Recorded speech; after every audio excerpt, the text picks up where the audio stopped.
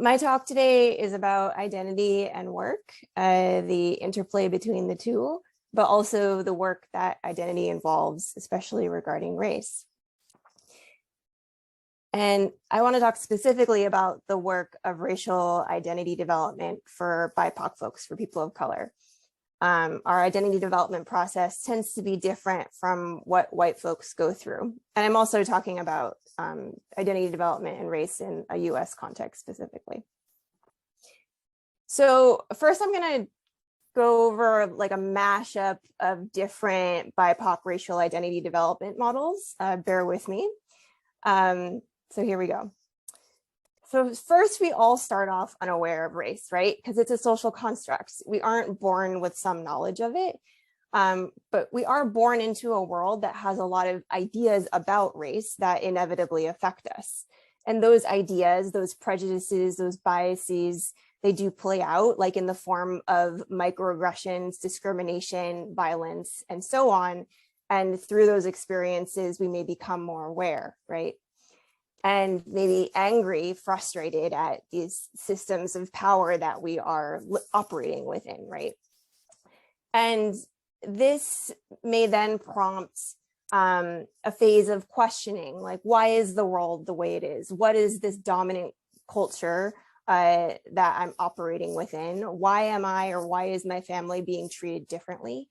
And this can motivate us to learn about what makes us different, where our families come from, what our cultural histories are, and so on.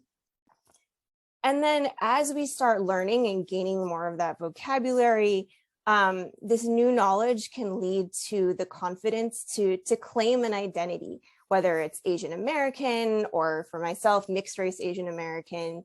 And you start to maybe gain some pride around that identity and to feel a sense of belonging, and maybe even a sense of investment in advocating for one's community. Now, alternatively, and this can happen for many folks, not everyone goes in this direction. Maybe they have phases of disinterest or some experience that leads them to feel more comfortable denying difference, and maybe even denying the existence of racism, right? We all have different experiences. So now here come all the arrows.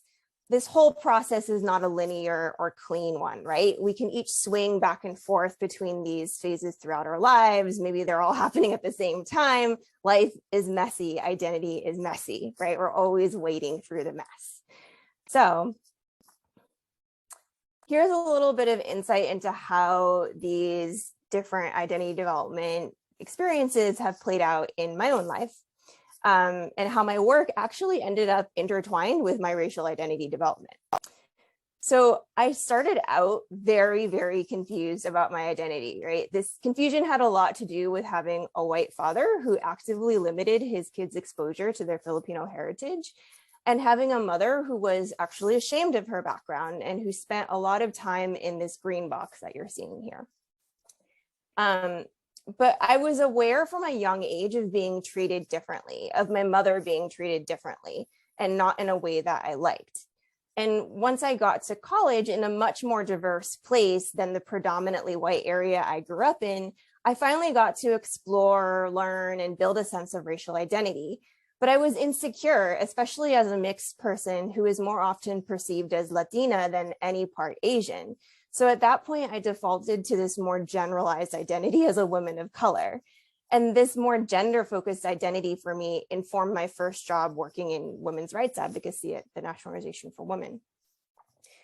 But then, I felt like, there's more here, right? I need to dig deeper. I started traveling. I went to Asia. I worked in China. I realized I could even tackle my questions about race via graduate school. I got a master's in Asian American literature, and these experiences helped me build that sense of belonging. And that's when I started working as an organizer and a community educator for Asian American nonprofits in Los Angeles. Now, fast forward to present day, I'm at a point now where I really don't give a shit what other people think or assume about me based on their ideas about race. I feel super secure in self-identifying as a mixed race Filipino American, even in workplaces where I'm the only woman or the only person of color in the room, as often happens now that I work in tech. So having shared a bit about my story, I wanted to leave you with a couple of questions for reflection going forward. What has your racial identity looked like? What has that interplay been for you? How has your racial identity informed or been influenced by your work? Or if not, how could you see the two interweaving going forward? And I also want to leave you with this quote from one of my favorite authors, James Baldwin, who said, "You have to decide who you are and force the world to deal with you, not with its idea of you." Thank you.